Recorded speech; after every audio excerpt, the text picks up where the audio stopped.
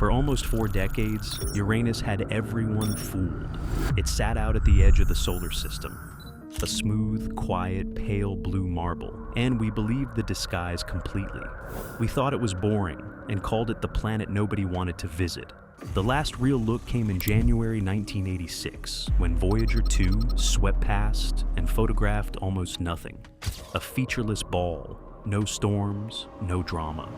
Then James Webb turned its eye on Uranus, catching wavelengths of light invisible to us, and the quiet planet vanished. This means that the magnetic field around Uranus is dynamic and can fracture and interact with the solar wind in very interesting ways. Uranus was never calm.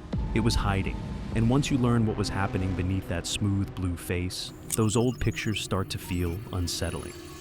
The strange discovery of Uranus.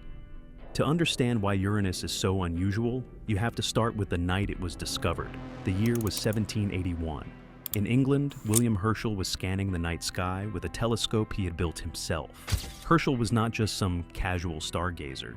He was a musician, a telescope maker, and a man who spent night after night searching the sky for objects that did not behave the way ordinary stars should. Then he found one. At first, he did not know what he was looking at. It did not seem like a normal star, but it also did not immediately announce itself as a planet. Every planet known before Uranus had been known since ancient times. Mercury, Venus, Mars, Jupiter, and Saturn could all be seen with the naked eye. Uranus was different. It had been there the whole time, but it was too dim, too slow, and too easy to mistake for a star. It took more observations before astronomers accepted that this was not a comet at all. Johann Elert Bode helped push the idea that Herschel had found a new planet, not just another wandering object. Herschel even tried to name it Georgium Sidus, after King George III. The name did not last. The planet eventually became Uranus, named for the Greek god of the sky. But the real shock was what kind of planet this thing turned out to be. Because even after humans found Uranus, we still did not understand how wrong it was. Most planets spin in a way that at least feels normal. Earth leans a little as it moves around the sun. That lean is why we have seasons. It is enough to change the weather, but not enough to make the whole planet look broken. Uranus is not like that. Uranus is tilted by 97.77 degrees.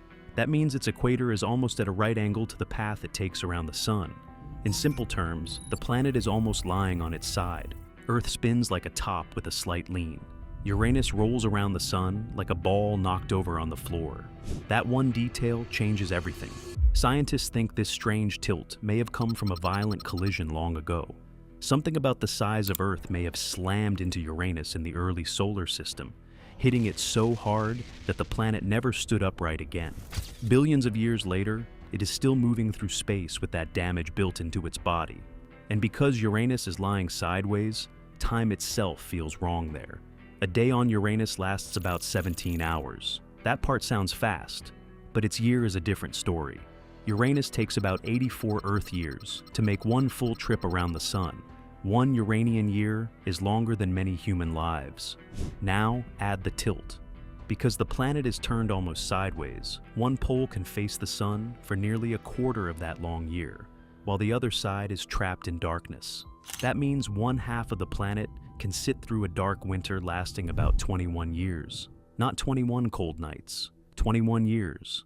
A child could be born during one of those long polar nights, grow up, and reach adulthood before the darkness finally started to break. And even when the sun does shine there, it is not the warm, bright sun we know on Earth. Uranus is about 1.8 billion miles from the sun. That is roughly 19 times farther away than Earth.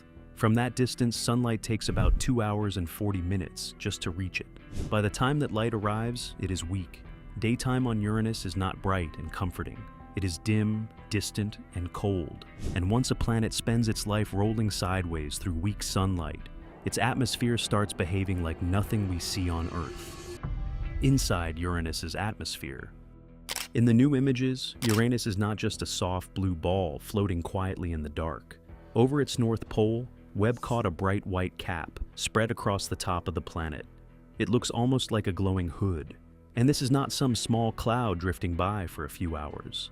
It is a huge seasonal feature, spread across the pole of a planet where seasons do not come and go quickly. On Earth, a season lasts a few months. On Uranus, a season can last more than 20 years. Webb's newer view made that polar region clearer than before. It showed a bright white inner cap, and near the lower edge of that cap, a darker lane. That little dark band matters because it shows structure. It shows layers. It shows that the atmosphere is not just a smooth blue cover. Something is happening there. Uranus is now moving toward its next solstice in 2028. That is when one of its poles points most directly toward the sun. As that pole gets more sunlight, the cap becomes easier to see, and Webb is watching it change while it happens. Then come the storms. Near and below the southern edge of the polar cap, Webb caught bright storm features sitting in the atmosphere. They do not look like the huge, obvious storms we see on Jupiter. Uranus does not shout like that. It hides things under a calm face. But those bright spots are enough to change the whole story. For years, Uranus looked still because we were not seeing it properly. Voyager 2 flew past in 1986 and caught only a few clouds and dark spots. That old view made the planet look quiet. But later, observations started to break that idea apart. Ground telescopes, Hubble, Keck, Gemini, and now Webb all helped show that Uranus has clouds that shift, brighten, and change. Webb is simply the sharpest blow to the old story. Even the color is part of the trick. Uranus gets its blue-green face from methane in the atmosphere. Sunlight enters the air, hits the cloud tops, and comes back out toward space. But methane blocks much of the red part of that light, so what reaches our eyes is mostly blue and green. That is why Uranus looks so clean, so cold, so peaceful. But that beauty is misleading. The same gas that gives Uranus its calm color helps cover a place that is anything but calm. Under that soft blue face is an atmosphere moving at terrifying speed. Winds on Uranus can reach about 560 miles per hour, and even the wind cannot make up its mind. Around the equator, it blows against the planet's rotation. Closer to the poles, it turns and flows with the rotation. Then there is the cold. Uranus is not just cold because it is far away. It is cold in a way that feels wrong even for the outer solar system. Its atmosphere can fall to about -372 degrees Fahrenheit. That is colder than any natural place humans have ever measured on Earth. And the strangest part is that Neptune is farther from the sun. Neptune sits beyond Uranus, deeper in the solar system. Yet Uranus can still be colder in some places. That one fact makes Uranus feel broken all over again. Something about its heat, its air, and its past does not behave the way you would expect. Neptune has a strong inner warmth that helps drive its wild weather. Uranus has always been harder to explain. Newer work has made the picture clearer. Uranus is not completely heatless. It does release heat from inside, but compared with the other giant planets, that heat is weak, strange, and still not fully understood. And then the air gets worse. In 2018, researchers using the Gemini North Telescope in Hawaii found hydrogen sulfide in the upper cloud deck of Uranus. Hydrogen sulfide is the gas linked to the smell of rotten eggs. That detail sounds almost ridiculous at first, but it tells us something important. Uranus is not built like Jupiter and Saturn in the upper clouds. Those planets are known for ammonia ice high in their cloud layers. Uranus has a different kind of cloud chemistry, and that difference helps separate the ice giants from the gas giants. But if a human could somehow descend into the upper clouds of Uranus, the first problem would not be the smell. The cold would attack first. The air would not be breathable. The pressure would grow worse the deeper you went. The planet would kill you long before the rotten egg stink had time to become your biggest concern. But Webb did not stop at the atmosphere. Around that tilted planet, it also pulled a hidden ring and moon system out of the dark. Uranus's dark rings and frozen moons. Around Uranus, there is another system sitting in the dark. Most people do not think of Uranus as a ringed planet. Saturn owns that image. Saturn has the bright, wide, famous rings that look impossible to miss. But Uranus has rings too, 13 of them. But they are not bright and proud like Saturn's. The inner rings of Uranus are mostly narrow and dark gray. Farther out, the planet has two outer rings. One is reddish. The other is blue. Even their discovery happened in a strange way. In 1977, astronomers were watching Uranus pass in front of a background star. They expected the planet to block the star's light. That part made sense.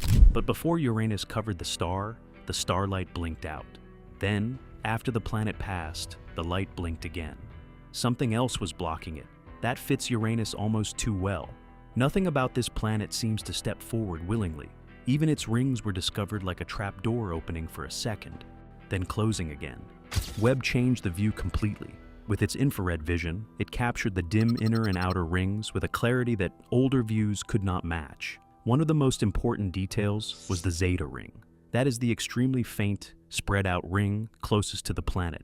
Any future spacecraft sent to Uranus would need to understand what is near the planet. A faint ring may look harmless from far away, but for a machine moving at high speed, tiny particles can become a real danger. And because Uranus is tilted almost onto its side, the rings look even stranger. Saturn's rings usually look like a flat band around the planet. Uranus does not give us that clean picture. Its rings can appear almost upright, wrapped around the planet like a tilted oval, and the rings may be telling us more than we thought. Newer observations suggest the outer rings are not all made the same way. The blue Mu ring appears to be fed by tiny icy particles from Mab, one of Uranus's small moons. The redder new ring may contain darker, dustier material, possibly rich in organic compounds coming from different source bodies. That means the rings are not just sitting there. They may be hints that tiny bodies are still shaping the space around Uranus in ways we are only beginning to see. Then Webb went after the moons. Uranus now has 29 known satellites, and one of the newest is so small that it slipped past the entire space age until Webb caught it. Its temporary name is S2025-U1. It was found in Webb images taken on February 2nd, 2025. The moon is only about 6 miles across. That is not a world anyone would notice easily from Earth. It is tiny, faint, and tucked close to the inner ring system. Voyager 2 flew past Uranus in 1986 and still missed it. Hubble missed it. Decades of telescope work missed it. Then Webb looked, and there it was. Even the moons of Uranus are named in one of the strangest ways in the solar system. Most moons around other planets are named after figures from Greek or Roman myth. Uranus went a different way. Its moons are named after characters from William Shakespeare and Alexander Pope. Titania, Oberon, Ariel, Umbriel, Miranda, Puck, Mab. And then there is Miranda. Miranda is less than 300 miles across, but its surface looks like something that has been broken and badly repaired. It has cliffs, grooves, craters, ridges, and strange patchwork terrain that still looks hard to explain. The most famous feature is Verona Rupes. It is often described as one of the tallest cliffs in the solar system. Its exact height is not perfectly settled, but estimates commonly place it around 12 miles high. That is more than twice the height of Mount Everest, standing on a small moon. But the strangest thing about Uranus may not be what Webb saw from the outside. It may be what happens the deeper you go. What's inside Uranus? Uranus is not a planet you land on. There is no ground waiting under the clouds, no hard surface, no place for a spacecraft to touch down, roll across, or plant a flag. If a machine entered Uranus, it would not crash the way it would crash into Mars or the Moon. It would sink. At first, it would pass through the pale blue haze that makes Uranus look so calm from far away. Then, it would drop into air, rich with hydrogen, helium, and methane. The light would fade. The gas around it would thicken. The pressure would keep climbing. There would be no moment when the clouds suddenly opened and revealed land below. The deeper the spacecraft went, the more the planet would close around it. Every mile would press harder. The air would stop feeling like air. It would become heavier, denser, more violent. The machine would be squeezed from every side until its body began to fail. And still, it would not have reached a surface. That is what makes Uranus so hard to think about. Our minds want a planet to have a top and a bottom. We want clouds above and ground below. But Uranus does not work that way. It is not built like Earth. It is an ice giant, but that name can fool you. Ice giant does not mean Uranus is a giant snowball. It does not mean there is a frozen shell you can stand on. The word ice is used because much of the planet is made from materials like water, methane, and ammonia. Out in space, those materials can freeze. But inside Uranus, they are not sitting there as clean blocks of ice. They are crushed into something far stranger. Most of Uranus is thought to be a hot, dense fluid made of water, methane, and ammonia, wrapped around a small rocky core.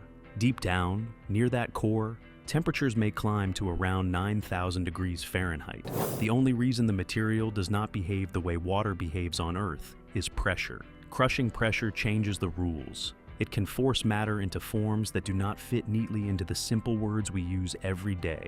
Not gas, not liquid like an ocean on Earth, not solid ground. Something in between. Something dense, hot, and trapped. And inside that crushing deep, scientists think something beautiful may be happening in the worst place possible. Diamond rain. Not jewelry falling through open air. Not giant sparkling stones dropping from clouds. The real idea is stranger and much more violent. Deep inside Uranus, methane is squeezed by extreme heat and pressure. Since methane contains carbon, that carbon may break away and form tiny diamond crystals under the right conditions. Those crystals would be heavier than the material around them, so they could sink deeper into the planet. That is the diamond rain of Uranus. This idea is not just a wild guess. In laboratory experiments, scientists have used powerful lasers to create brief, extreme conditions like those thought to exist inside Uranus and Neptune. In those experiments, tiny diamonds formed for an instant. Somewhere under that cold blue face, carbon may be separating, hardening, and sinking into the planet. The most beautiful thing in the whole system may be happening in a place that would destroy anything sent to witness it. And this hidden interior may help explain something even stranger: Uranus's magnetic field. The planet's magnetic field does not sit neatly in the middle the way you would expect. It is tilted, shoved off center, and warped in a way that makes Uranus feel broken all the way down. Uranus's broken magnetic field. Earth gives us the easiest starting point. Its magnetic field works a little like a giant bar magnet running through the planet. It is not perfect, and it is not simple, but for everyday life, it does the job. It helps guide compass needles. It helps shield the planet from charged particles from the sun. It gives Earth something like an invisible protective bubble. Uranus does not give us anything that neat. Its magnetic field is tilted almost 60 degrees away from the way the planet spins, and that is only the first problem. The field is also shoved away from the center of the planet by about 1/3 of Uranus's radius. It is like Uranus has an invisible shield that has been pushed to one side and twisted while the whole planet keeps rolling through space. You can see that weirdness in its auroras. On Earth, auroras usually appear near the poles. That is why people talk about northern lights and southern lights. The charged particles from the sun follow magnetic field lines down toward those polar regions, and the sky lights up. Uranus has auroras too, but they do not line up neatly with the planet's poles. They appear in strange places because the magnetic field itself is lopsided. Even the lights in Uranus's sky refuse to behave like they should. And behind the planet, the weirdness keeps going. As Uranus moves through space, its magnetic field stretches out behind it in a long tail, away from the sun. But because Uranus rotates sideways, that tail does not just stream out cleanly, it twists. The magnetic field lines wind around into a long corkscrew shape that stretches for millions of miles. A rolling planet dragging a twisted invisible tail through the dark. That is the kind of thing Voyager 2 flew into in 1986. Voyager gave scientists the only close-up magnetic data we have ever collected from Uranus. For decades, that flyby shaped the way scientists understood Uranus's magnetic bubble. But now, there is a new problem. A 2024 reanalysis suggests Voyager may have arrived at Uranus during a rare moment of space weather chaos. Researchers looked again at data from around the flyby and found that Voyager passed the planet just days after a strong blast of solar wind had hit the system. Solar wind is a stream of charged particles from the sun. When it slams into a planet's magnetic bubble, it can squeeze it, and in Uranus's case, it may have squeezed it hard. That solar wind event may have compressed the magnetosphere to about 20% of its usual size. That changes the whole feeling of the Voyager flyby.